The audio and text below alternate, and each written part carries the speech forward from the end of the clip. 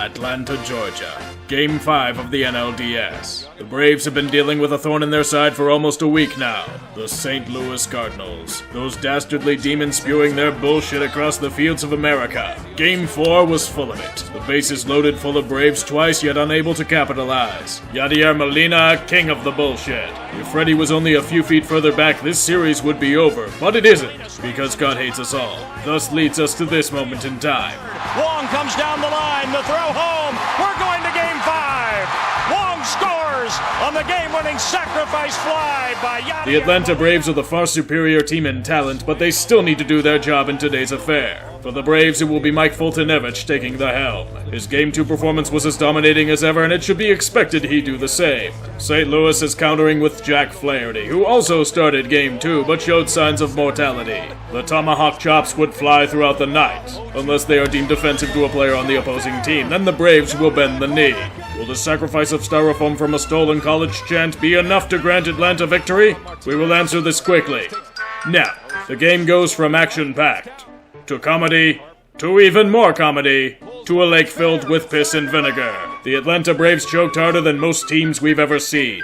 Ryan Helsley's heritage was offended, so his team chose to desecrate whatever was left of theirs. 10 runs crossed before the Braves even came to the plate. Mike Fultonevich went directly to June form. A total catastrophe. Max Fried not much better in emergency relief. For positives, if we were to eliminate the top of the first, they still would have lost. The Braves were beaten so badly that they could join the Me Too movement and we would completely understand their plight. With this implosion, the Atlanta narrative continues. Don't mention Atlanta FC.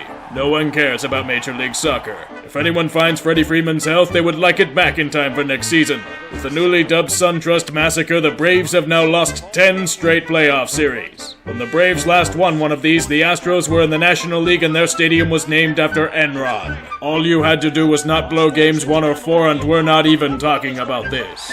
You know what you need to do next year. Get it done.